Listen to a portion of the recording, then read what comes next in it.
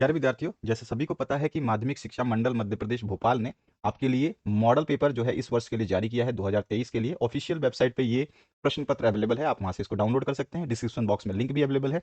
और इससे पहले आपका हिंदी और अंग्रेजी विषय कंप्लीट करा दिया गया है। राजनीति विज्ञान के लिए काफी लोगों ने कमेंट किया और इसका सॉल्यूशन हम लेके आए हैं आपके लिए। तो चलिए स्टार्ट करते हैं इसके सॉल्यूशन को। और अच्छा पैटर्न है और काफी बेहतरीन पैटर्न है, जिसमें आपको छोटे प्रश्न ज्यादा देखने को मिल रहे हैं। 30 अंक के छोटे प्रश्न मिलेंगे, बहुत बड़ी बात है। 30 अंक जो है आपको एक एक नंबर के क्वेश्चन देखने को मिलेंगे, आसानी से आप उसको प्राप्त कर सकते हैं। उसके बाद जो भी प्रश्न है आपके 2 अंकीय प्रश्न है, 3 अंकीय प्रश्न है, उसके बाद आपके 4 अंक के भी प्रश्न आपको देखने को मिलेंगे और इन सभी प्रश्नों के उत्तर हम देखेंगे अथवा सारे पार्ट्स के। तो यहाँ पर जो पहला प्रश्न है अगर हम बात करें, तो पहले आपको 6 प्रश्न जो है बहुविकल्पी यानी कि एमसीक्यू पूछे जाएंगे, जिसमें आपके ऑप्शंस रहेंगे। आपको केवल उनके आंसर्स को अंदाजा लगा करके अपनी कॉपी में लिखना है। पहला जो क्वेश्चन पूछा गया, आसियान का मुख्यालय कहाँ है? तो आसियान का मुख्यालय जो है आपको बताना है और ये कहाँ पर है। देखिए, मैं आंसर तो आपको बताऊंगा, लेकिन आप पहले से खुद अंदाजा लगा लेंगे तो बेहतरीन होगा, क्योंकि उससे आपकी तैयारी का अंदाजा आपको खुद लग जाएगा।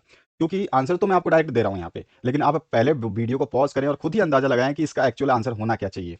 और उसके बाद हम जब आंसर मिलाते हैं तो आप अपने आप को जस्टिफाई कर पाएंगे कि आपने कितनी अच्छी तैयारी करी है या फिर कितनी आपको तैयारी करनी बाकी है।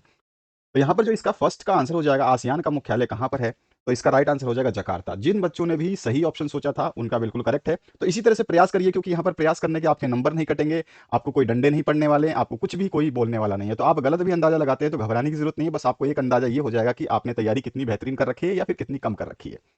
इसके बाद दूसरा जो प्रश्न है, इसमें पूछा गया है, सोवियत संघ के अंतिम राष्ट्रपति मिखाइल गोर्बाचेव का कार्यकाल था, तो ये कितना कार्यकाल था, ये आपको डेट दिया गया, कब से कब तक उनका कार्यकाल रहा है। तो उनका कार्यकाल जो था, राइट आंसर हो जाएगा 1985 से लेकर 1991 तक उनका कार्यकाल रहा। तो यहां पर भी आपका फर्स्ट ऑप्शन जो है ये करेक्ट होता है। इसके बाद जो नेक्स्ट क्वेश्चन है, थर्ड नंबर, WHO की स्थापना हुई, यानी कि वर्ल्ड हेल्थ ऑर्गेनाइजेशन की स्थापना हुई थी, तो कब हुई थी। यहां पर भी देखिए सन का बहुत महत्व है, सन बहुत ज्यादा पूछे जाएंगे, ये चीज थोड़ा सा ध्यान रखना। तो हर बार जब पढ़ते हो तो सन याद रखो, और साथ ही साथ जब वीडियो देखते हो तो बड़े कंसंट्रेशन के साथ देखा करो, क्योंकि एक बार देखोगे तो आपको समझ में भी आएगा। और आने वाले जो आप सिविल सर्विसेज की तैयारी करना चाहते हो तो वहां पर हिस्ट्री, आपका पॉलिटिकल साइंस, ये सारी चीजें, ज्योग्राफी, ये सारी चीजें आती हैं। और सबसे ज्यादा पॉलिटिकल साइंस जो है आपको परेशान करता है। तो अगर आप अपना बेसिक अभी से नहीं मैनेज नहीं कर पाओगे, तो आपका जो है आने वाली जो कंपिटेटिव एग्जाम दोगे तो उसमें आपको समस्या आएगी। बाकी आप रिजल्ट तो किसी तरह से ला दोगे, लेकिन आपको आगे की जो तैयारियां करनी है वहां पे बहुत ज्यादा परेशानियां आती हैं। लोगों को सालों निकल जाता है, 32 32 33 साल तक की उम्र में जो है वो सिविल सर्विसेज क्रैक करने के लिए सोचते रहते हैं। तो यहाँ पे इसका राइट क्या आंसर हो जाएगा, WHO की स्थापना जो हुई थी, सभी ने अंदाजा लगा लिया होगा, 7 अप्रैल सन 1948 में की गई थी। तो यहाँ पे भी ए ऑप्शन आपका करेक्ट होता है। नेक्स्ट जो क्वेश्चन है, इसमें पूछा गया है, विश्व के कितने देशों से CWC संधि पर हस्ताक्षर किया है। तो यहां पर देखो, एक्चुअली विश्व के कितने देशों ने CWC संधि पर हस्ताक्षर किया है, ये क्वेश्चन होना चाहिए। तो यहाँ पे क्वेश्चंस में काफी कहीं कहीं मिसप्रिंट है, ज्यादा नहीं है, एक दो जगह मिसप्रिंट है। तो वहां पर जहां पे क्वेश्चन गलत है वहां बता दिया जाएगा, जो क्वेश्चन बिल्कुल ही गलत है वो भी बता दिया जाएगा। तो इसका राइट आंसर क्या हो जाएगा, 181 देशों ने जो है CWC संधि पर जो है हस्ताक्षर किए थे। तो यहाँ पर जो है ए ऑप्शन इसका करेक्ट होता है। तो आपने अभी 4 प्रश्न किए हैं और आपको अंदाजा हो चुका होगा कि आपने कितनी तैयारी करी है। चारों के चारों आपने आंसर सही टिक किए हैं अपने माइंड से, या फिर अभी आपने कुछ गलती करी है। तो आपकी गलती की गुंजाइश अब नहीं होनी चाहिए, क्योंकि आपके एग्जाम्स जो हैं आपके सर पे हैं। पांचवा जो प्रश्न है, ग्रीस ग्रीन हाउस गैस संबंधित है। तो ग्रीन हाउस गैस किससे संबंधित है, तो यहाँ पे जब ऑप्शंस देखोगे तो आपको खुद ही अंदाजा हो जाएगा कि ग्रीन हाउस गैस जो हम 9th 10th 11th से पढ़ते आ रहे हैं, ये सारा का सारा क्या है, तापमान वृद्धि का एक कारण है। तो हमारा आंसर सीधा सीधा हो जाएगा, वैश्विक ताप में वृद्धि करता है। ठीक है, तो ये उससे संबंधित है। ग्रीन हाउस जो गैस है ये वैश्विक ताप में वृद्धि करता है। तो ए ऑप्शन इसका करेक्ट हो जाता है पांचवें प्रश्न का। तो यहाँ से हमने 5 अंक ले लिए। आते हैं नेक्स्ट क्वेश्चन पे। तो यहाँ पे जो पूछा गया आपसे 6 नंबर क्वेश्चन, राज्य पुनर्गठन अधिनियम पारित किया गया। तो राज्य पुनर्गठन अधिनियम कब पारित किया गया था, तो ये किया गया था सन 1956 में। ठीक है, तो यहाँ पर जो है ए ऑप्शन आपका करेक्ट होता है। फिर से आपको अंदाजा लग चुका होगा कि आपने सही प्रिडिक्ट किया था या नहीं। आगे बढ़ते हैं नेक्स्ट क्वेश्चन की तरफ। तो यहाँ पर जो है ये इंग्लिश मीडियम के क्वेश्चन हैं, और इंग्लिश मीडियम का जो है स्टूडेंट्स कमेंट नहीं कर रहे कि हमें इंग्लिश में सोल्यूशन चाहिए, तो इसलिए उनके सोल्यूशंस को हमने जो है केवल हिंदी बच्चों के लिए दिया है, जो बच्चे हिंदी में कमेंट कर रहे हैं और काफी कमेंट कर रहे हैं, इसीलिए आपका ये पैसा जो है आपके सामने इस सोल्यूशन के रूप में मौजूद है। अब यहाँ पे जो क्वेश्चन पूछा गया है, 1967 में आसियान की स्थापना खालिस्तान घोषणा पत्र के माध्यम से हुई थी। तो ये कौन से घोषणा पत्र के माध्यम से हुई, तो इसका आंसर हो जाएगा बैंकॉक घोषणा पत्र के माध्यम से की गई थी। तो इसका राइट आंसर जो आप टिक करेंगे क्या हो जाएगा, आपका बैंकॉक हो जाएगा। ठीक है, तो यहाँ पे हमने लिख दिया इसका आंसर। इसके बाद जो नेक्स्ट क्वेश्चन है, इसमें आपसे पूछा गया संयुक्त राष्ट्र संघ के पहले महासचिव खालिस्तान थे। तो इसका आपको अंदाजा सही चला होगा तो आपने अंदाजा लगा भी दिया होगा, और याद किया है तो आपको पता भी होगा आंसर कि इसका आंसर क्या हो जाएगा। संयुक्त राष्ट्र संघ के पहले महासचिव जो थे वो थे ट्रिगवली, ठीक है ना। तो इसका आंसर क्या हो जाएगा, ट्रिगवली हो जाएगा। इसका ध्यान रखना है आपको, जो बोल रहा हूं आप ध्यान से सुने और लिखित भी मिलेगा आंसर। नेक्स्ट जो क्वेश्चन है इसकी बात करते हैं। प्रथम विश्व युद्ध खालिस्तान को हुआ, सभी को आंसर पता होगा, प्रथम विश्व युद्ध सन 1914 में हुआ था। इसके बाद आते हैं नेक्स्ट क्वेश्चन में। यहां पर जो क्वेश्चन पूछा गया है, लिमिट्स टू डॉकिट पुस्तक खालिस्तान ने लिखी गई, तो यहां पर खालिस्तान लिखी गई। अब इस क्वेश्चन में काफी बड़ा मिस्टेक है और इस क्वेश्चन का आंसर हम नहीं दे रहे हैं क्योंकि इसमें एक्चुअल में क्या पूछा जा रहा है ये हमें नहीं समझ में आया। अगला जो पांचवा प्रश्न है, भारत में नई आर्थिक नीति खालिस्तान में अपनाई गई। तो भारत में जो आर्थिक नीति नई अपनाई गई थी वो सन 1991 में अपनाई गई थी। तो यहां पर राइट आंसर क्या हो जाएगा, 1991। इसके बाद जो नेक्स्ट क्वेश्चन है इसमें पूछा गया आपसे, स्वतंत्रता के बाद देश के छठवें खालिस्तान प्रधानमंत्री थे। यहाँ पे बिल्कुल सही तरीके से क्वेश्चन नहीं पूछा गया, थोड़ा सा मतलब इसमें मिसप्रिंट है ऐसा कह सकते हैं हल्का सा, लेकिन आप ज्यादा टेंशन लेने की आपको जरूरत नहीं है, हर जगह नहीं है, केवल ये एक वन वर्ड में ही है, बाकी आगे सारे क्वेश्चंस बिल्कुल सही हैं। तो स्वतंत्रता के बाद देश के छठवें खालिस्तान प्रधानमंत्री थे। तो छठवें प्रधानमंत्री का नाम आप बता सकते हैं, आइडिया होगा आपको, उनका नाम था राजीव गांधी। तो आंसर हो जाएगा अपना राजीव गांधी। इसके बाद जो नेक्स्ट क्वेश्चन है, नीति आयोग का अध्यक्ष खालिस्तान होता है। तो नीति आयोग के अध्यक्ष हमेशा प्रधानमंत्री होते हैं, चाहे वो किसी वर्ष भी रहें, चाहे अभी नरेंद्र मोदी हैं तो नरेंद्र मोदी हैं, अगर अगले साल वो चेंज हो जाते हैं, अगले साल चेंज हो जाता है, अगले साल चेंज हो जाता है, तो जब भी कोई प्रधानमंत्री होगा वही नीति आयोग का अध्यक्ष होता है, ठीक है। तो आप सीधा सीधा जिस हिसाब से क्वेश्चन पूछा गया, नीति आयोग का अध्यक्ष जो है प्रधानमंत्री होता है। अगर ये पूछते कि नीति आयोग के अध्यक्ष का नाम बताइए तो आपको प्रधानमंत्री का नाम लिखना होगा। ये चीज ध्यान रखना, जो चीजें यहाँ पे बताई जा रही है ये आपके काम की है। तो राइट आंसर हो जाएगा प्रधानमंत्री। नेक्स्ट क्वेश्चन की तरफ मूव करते हैं। तो यहां पर जो है एक वाक्य में उत्तर देना है आपको। सबसे पहला जो प्रश्न पूछा गया है इसमें पूछा गया, सोवियत संघ में कुल कितने गणराज्य थे। तो सोवियत संघ में भैया टोटल गणराज्य जो थे वो थे लगभग 15 गणराज्य। तो हम एग्जैक्ट आंसर क्या बोलेंगे, 15 गणराज्य थे इसमें। सोवियत संघ में कितने गणराज्य थे, 15 गणराज्य थे। तो यहाँ पे आंसर हो जाता है 15 गणराज्य। उसके बाद ताशकंद समझौता कब हुआ था। तो ताशकंद समझौता जो है ये 10 जनवरी सन 1966 को हुआ था, ये याद रखना है, ये आपको अच्छे तरीके से गांठ बांध लेनी है, ठीक है। 10 जनवरी सन 1966 को ये समझौता हुआ था। अगला जो क्वेश्चन है, ग्लोबल वार्मिंग क्या है। तो आप अच्छी तरह से जानते हैं, अभी भी मैंने डिस्कस किया आपको, और आप आंसर से इस तरह से लिखेंगे जैसा कि मैं आपको शो कर रहा हूं। वायुमंडल में ग्रीन हाउस गैसों के बढ़ने के कारण पृथ्वी के औसत तापमान में होने वाली बढ़ोतरी को ग्लोबल वार्मिंग कहा जाता है, ठीक है। अब आ जाइए नेक्स्ट क्वेश्चन पे। तो यहां पर जो क्वेश्चन पूछा गया है, हैदराबाद के शासक को कहा जाता था। तो हैदराबाद के जो भी शासक थे उनको कहा जाता था निजाम। तो आंसर क्या हो जाएगा आपका, निजाम, ठीक है। उसके बाद जो नेक्स्ट क्वेश्चन है इसमें पूछा गया आपसे, प्रथम पंचवर्षीय योजना के योजनाकार थे। प्रथम पंचवर्षीय योजना के योजनाकार का नाम अच्छी तरह से जानते हैं, जो कि प्रथम प्रधानमंत्री भी थे, और वो कौन थे। तो यहां पे हमारा आंसर हो जाएगा जवाहरलाल नेहरू। अगला जो प्रश्न है, राष्ट्रपति की आपातकालीन शक्तियां हैं। तो आपातकालीन कितनी शक्तियां हैं, आपको एक बात तो अच्छी तरह से पता होगी कि सारी शक्तियां तो प्रधानमंत्री के पास है। एक्चुअली राष्ट्रपति करता क्या है, क्योंकि आपने देखा होगा किसी भी इन्वॉल्वमेंट में नहीं है, किसी भाषण में नहीं है, किसी लोकसभा सदन को डायरेक्ट नहीं करते, कोई स्पीच नहीं आता, कोई समाचार में उनका निर्णय नहीं होता, बहुत सारी चीजें आप देखते हैं। तो राष्ट्रपति क्या शक्तिहीन है, तो ऐसा नहीं है। राष्ट्रपति के पास बहुत तगड़ी शक्ति है और उसी समय इस्तेमाल करता है, इसीलिए उसको राष्ट्रपति कहा जाता है, ठीक है। उसकी शक्तियां जो है आम नहीं है कि वो कभी भी जनता के सामने अपने पत्ते खोल दे। अब वो शक्तियां कौन सी हैं, सबसे पहले मैं आपको बताना चाहूंगा कि जो राष्ट्रपति की आपातकालीन शक्तियां हैं वो क्या है, राष्ट्रीय आपातकालीन शक्तियां हैं। कौन सी, राष्ट्रीय आपातकालीन शक्तियां हैं। और इन शक्तियों को आर्टिकल 352 में आप पढ़ेंगे। कौन से आर्टिकल में, आर्टिकल 352 में आप इसको पढ़ेंगे। अब बात करते हैं कि वो शक्तियां कौन कौन सी हैं जो राष्ट्रपति को प्राप्त हैं। तो आप समझ लीजिएगा, पहली शक्ति की बात करूं तो यहां पर क्या होता है, पहली शक्ति जो, अगर मैं सिंपली यहां पे लिख देता हूं आपके सामने, जो पहली शक्ति की अगर हम बात करें तो उनको मिली हुई है बाह्य आक्रमण के समय में, जब मतलब कोई भी बाहरी देश आपके ऊपर आक्रमण कर दे, हमारे देश के ऊपर आक्रमण कर दे, तो राष्ट्रपति जो है एक आपातकाल लगा सकता है जिसमें सभी का निकलना, हर चीज को बंद कर सकता है। आपातकाल का मतलब ये होता है।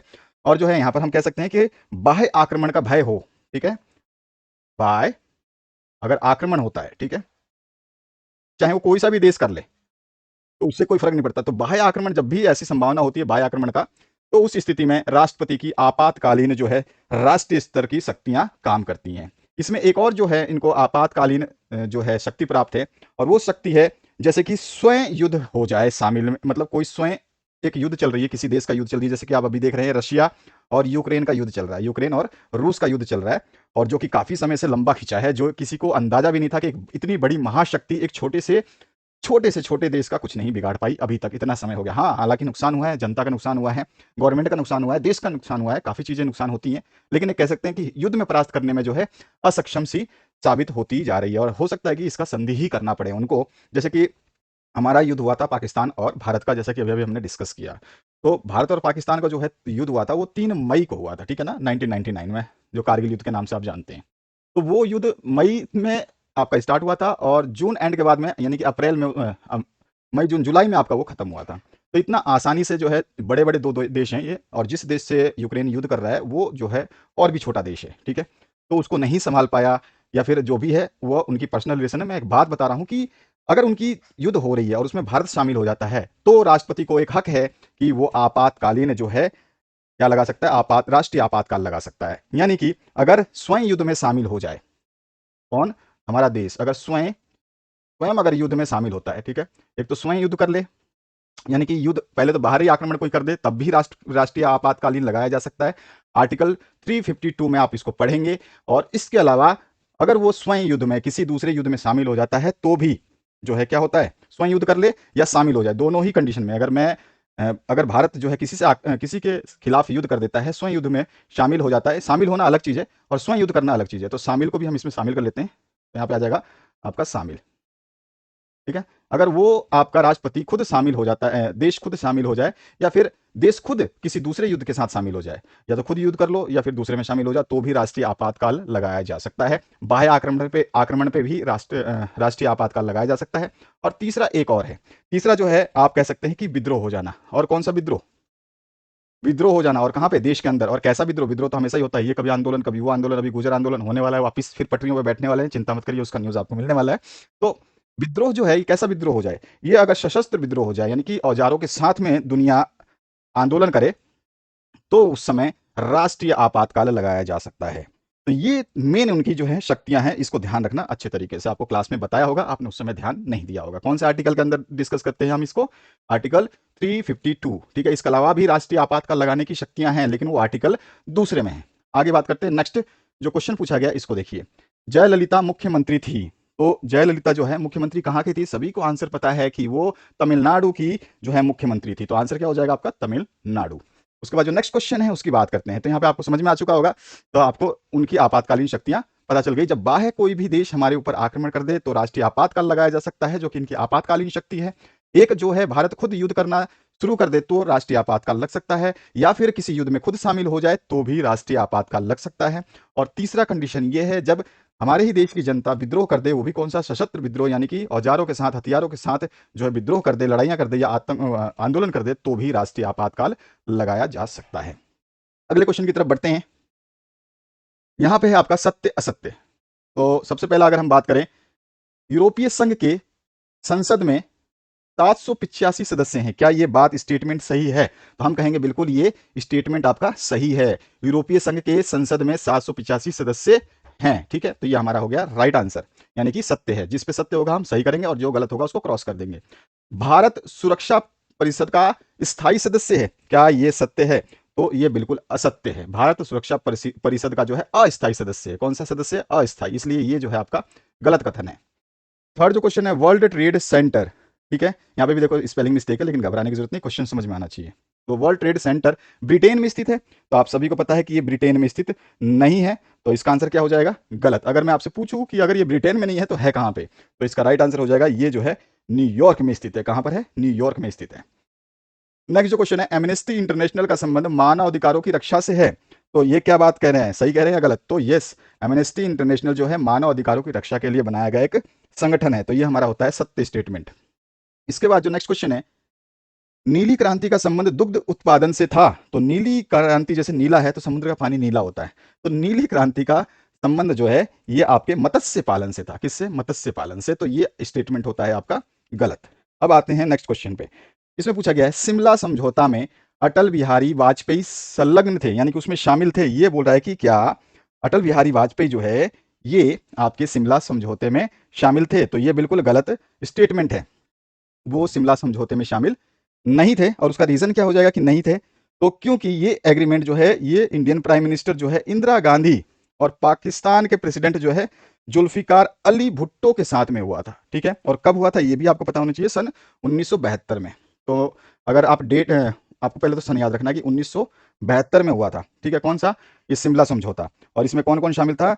इंदिरा गांधी और साथ ही साथ प्रेसिडेंट जो है जुल्फिकार अली भुट्टो। और ये 1972 में हुआ था। और कब की बात करें तो ये हुआ था 2 जुलाई को, ठीक है। तो हम यहाँ पे बोल सकते हैं कि ये 2 जुलाई 1972 को हुआ था, ठीक है। ये मैं केवल आपको बता रहा हूं। तो यहाँ पर स्टेटमेंट क्या है? ये फॉल्स है।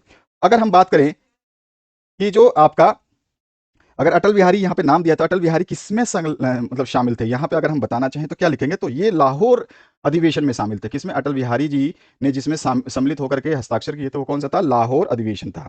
और लाहौर अधिवेशन कब हुआ था? तो ये भी आपको अगर याद रखना है तो आप लिख सकते हैं कि लाहौर अधिवेशन जो है 1999 में हुआ था, 1999 में, ठीक है। अगर डेट आप पूछें तो ये था 21 फरवरी, 21 फरवरी, ठीक है। तो 21 फरवरी सन 1999 में अटल बिहारी वाजपेयी किसमें सम्मिलित थे? ये थे लाहौर अधिवेशन में। किसमें? लाहौर अधिवेशन में, ठीक है। डिक्लेरेशन बोलते हैं, तो लाहौर डिक्लेरेशन में शामिल थे। और अगर हम बात करें तो उनके साथ जो है, ये तो अपने इंडिया के अटल बिहारी थे, लेकिन जो अधिवेशन में दूसरी तरफ से शामिल था वो कौन था? तो वो थे हमारे नवाज शरीफ, पाकिस्तान के प्रेसिडेंट, ठीक है। उस समय अटल बिहारी के साथ इन्होंने इस समय हस्ताक्षर किया था लाहौर अधिवेशन में। और जो 2 जुलाई 1972 को हुआ था, ये होता आपका शिमला समझौता या शिमला एग्रीमेंट। और ये शिमला शिमला समझौता जो है, ये अटल बिहारी इसमें शामिल नहीं थे। इसमें जो है इंदिरा गांधी, ठीक है, इंदिरा गांधी शामिल थी। और आपको ध्यान रखना है ये चीजें, क्योंकि ये क्वेश्चंस फिर से पूछे जाते हैं, इन्हीं में से बना देगा क्वेश्चन एग्जामिनर। तो यहाँ पर स्टेटमेंट क्या है? ये फॉल्स है, ये ध्यान रखना है। देखते हैं अब आगे। यहाँ पे जोड़ी बनानी है आपको, कॉलम ए से कॉलम बी को मिलाना है। तो कॉलम ए की अगर हम बात करें तो सीटीबीटी की स्थापना कब हुई थी, ये आपसे पूछा गया सीधा सीधा। और ऑप्शंस आपके सामने हैं, और ऑप्शंस अगर आपको याद हैं तो आपको याद होना चाहिए। मैंने बताया था सन बहुत इंपॉर्टेंट होते हैं। सन अगर आपने याद कर लिया तो डेट से कोई ज्यादा टेंशन नहीं होती। डेट से आपका 1-2 मिस्टेक हो सकता है, लेकिन सन ही आपको याद नहीं है तो सारे मिस्टेक हो जाएंगे। तो यहाँ पे इसका आंसर हो जाएगा 24 सितंबर सन 1996। तो यहाँ पे सीटीबीटी की स्थापना को अगर हम मैच करना चाहें तो कुछ इस तरह से स्टेट जो है इससे मैच कर देंगे। ये हमारा पहला ऑप्शन करेक्ट होता है।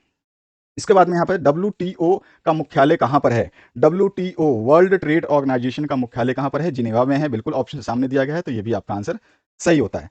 अब बात करते हैं नेक्स्ट जो है थर्ड क्वेश्चन। थर्ड क्वेश्चन का आंसर सभी को पता है, द्रौपदी मुर्मू। अभी अभी जो है इनको बनाया गया है राष्ट्रपति, और इनकी शक्तियां के बारे में हमने पढ़ लिया। तो बता सकते हैं ये कौन है? भारत की राष्ट्रपति। तो यहाँ पे भी ऑप्शन बिल्कुल सामने ही है, तो यहाँ से हमारा मैच हो जाता है।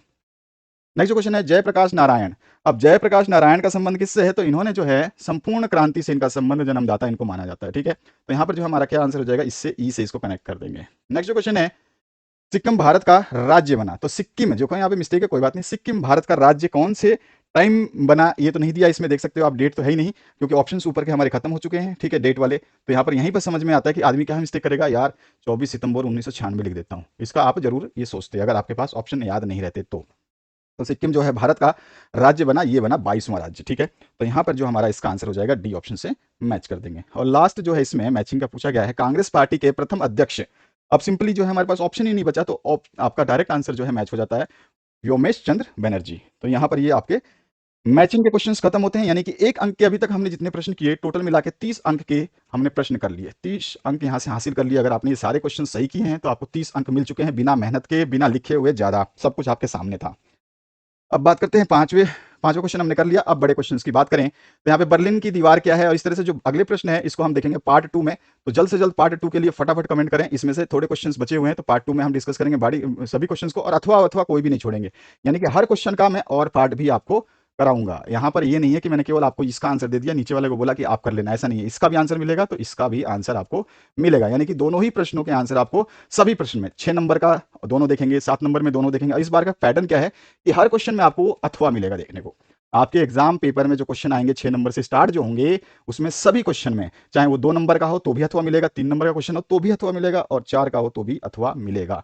कमेंट सेक्शन में कमेंट करें और जल्द से जल्द जो है आपके सॉल्यूशंस को अपलोड किया जाएगा। Thank you very much. और अपने जो बचे हुए सॉल्यूशंस हमने अपलोड किए थे उनको जरूर देख लेना। Thank you very much.